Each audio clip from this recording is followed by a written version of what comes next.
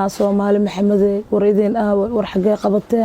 war Soomaali xagee aad war muslimnimadii aawa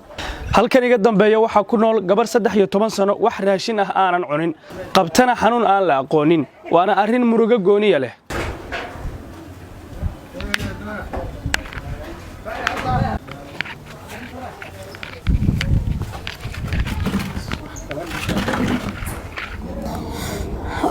السلام عليكم ورحمة الله وبركاته walaalkay waxa leeyahay dhanka wadnaha hadalkana uu idhiba mahadli kari waxaan ka codsanaa walaalahayga Soomaaliyeed hadii xataa aad waxba ii qaban karin ii sheer gareeya asxaankaas ii suubiyo ii sheer gareeya gabadhan masaakiinta ku saacida inaad u sheer gareysaan xaaladaan rabo inaan idin soo gudbiyo ama aan idin cabiro waa mid bedelaysa qulubta qof kasta oo damiirkiisu nool yahay waxa gurigana ku sugan walaal Amran Maxamed Cali oo ah 23 sano jir 13 sano la dhul taalo xanuuna alla u keenay oo aan la aqoon waxa uu yahay kaas oo ah inuu iska duleelo gudaha wadnaheeda biyana ay ka buuxsamaan oo laga miiro walaal maanta waa aduun barina waa aakhiro ee muuqaalkan sheer garee si gabadhan ku dhibaataysan magaalada Muqdisho loo soo caawiyo oo walaalo muxsiniin ah ay u soo caawiyaan waxa mariyaheeda inuu ka rido jirkeeda ku dhow garaaca wadnaheeda oo aad aragtaan inuu boodboodayo sidii durbaankii oo kale caadiyan garaaca wadnaha ama dhaqaaqiisa waa mid lagu maqlo qalab gaar ah oo loogu talogalay habkaas waxa loo yaqaanaa auscultation ama waxa lagu dareemaa taabashada oo loo yaqaano palpation laakiin xaaladda ay Amrana ku sugan tahay waa mid laga arko lagana maqlo banaanka garaaca wadnaheeda subhanallah habeenkii waxay tuftaa ama hunqaacda dhiig malada hurdo fiican oo indho isma geliso waxna ma cunto cabid mooye waxay ku jirtaa xaalad aad u adag Amran waa rajo aan haysan hooyo iyo aabe garab taagan waxay ku nooshahay kaam ku yaala degmada Dharkiinley ee magaalada Muqdisho gaar ahaan xaafada lagu magacaabo kaamka indhoolayaasha alaykum warahmatullaahi wabarakaatuh halkan waxaan ka salaamaa ummadda Soomaaliyeed meel walba ay joogto muslimiinta waxa idinku salaamay salaanta muslimka salaamu alaykum warahmatullaahi wabarakaatuh waxa garabkayga jiifa Amran Maxamed Cali oo xanuunsan muddo 13 sano ah waa gabar yar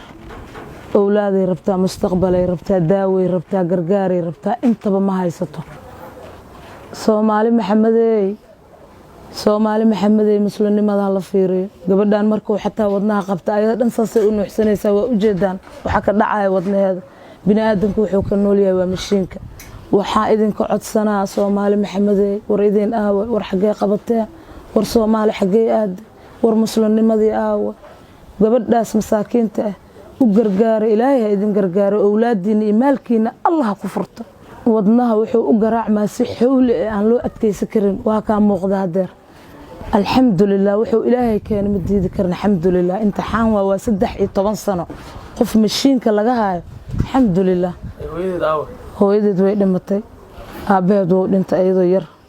ayeedeed iyo habaryaasheed iyo ku soo dhax kortay ma qasan wadna garaacnaya 13 sano ilaa Kenya ilaa inta lagu daaweynaa xaaladeeda caafimaad waxa gacanta ka taagay dhamaan dhaqaatiirta ku sugan Soomaaliya waxaana ay sheegeen in dalka dibadiisa oo kaliya wax looga qaban karo waxay hadda qaadataa daawooyin qalajiyaal ah oo kaalmaati ah kuwaas oo sababay inuu yaraado maqalka dhagaheeda qufac joogta kaadi fara badan iyo xaalado kale oo ka duwan mid ay hadda ku sugan tahay xaaladda ay Amrana ku sugan tahay ma ahna mid indhaha laga qarsan karo qoyska ay la joogtana waa qoys dan yar ah oo aan awoodin inay helaan cunto joogta oo marna waa helaan marna waa qadaan sida ay noo sheegeen waxaan nagu soo foolay bisha barakeysan ee Ramadaan Allah naga dhigo kuwii ka faa'iideysto ee walaalayaal Ilaahan idinku dhaarshe aan caawino walaashan oo aan garab istaagno fadlan sheer dhaha muuqaalka oo gaarsiiya walaalaha Soomaaliyeed ee jecel inay wax sadaqaystaan si berri marka Ilaahay ay hor taagan yihiin ee la dhiban yahay Ilaahay uu markaasi ugu naxariisto raashin ma cunto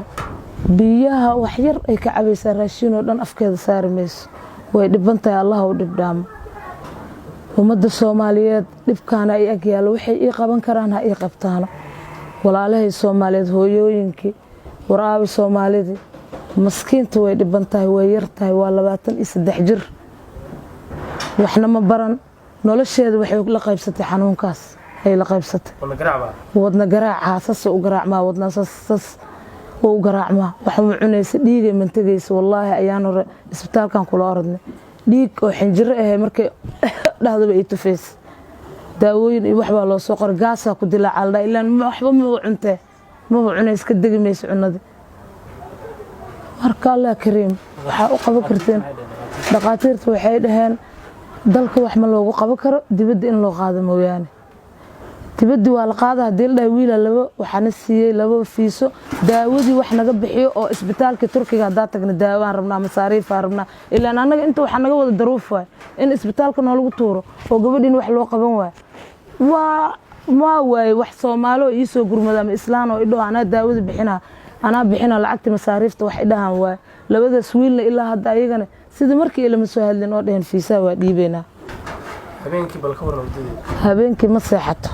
habeenkii intay seexato waa wax yar waa intay seexato 2 saac 3 saac amal saacane inta kale waa fadhisaa halkaas barkimo iyo waxa loo gelinaa jirgaanka 20 la saliida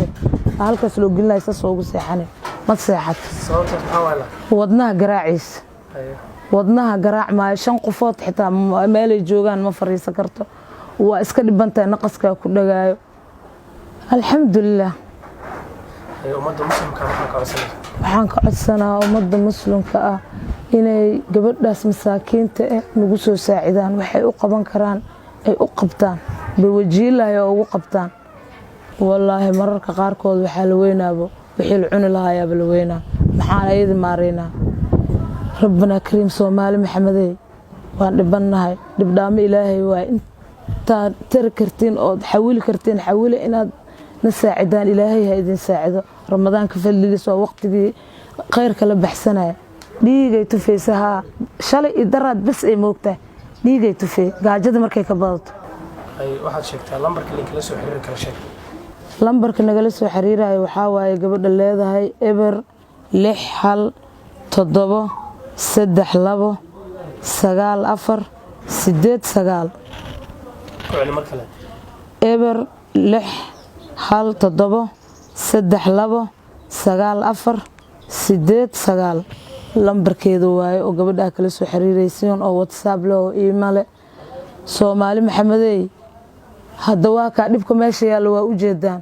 intii dhib haysto ummadda Nabi Maxamed Ilaahay dhibka ka qaado annagana Ilaahay culayska naga qaado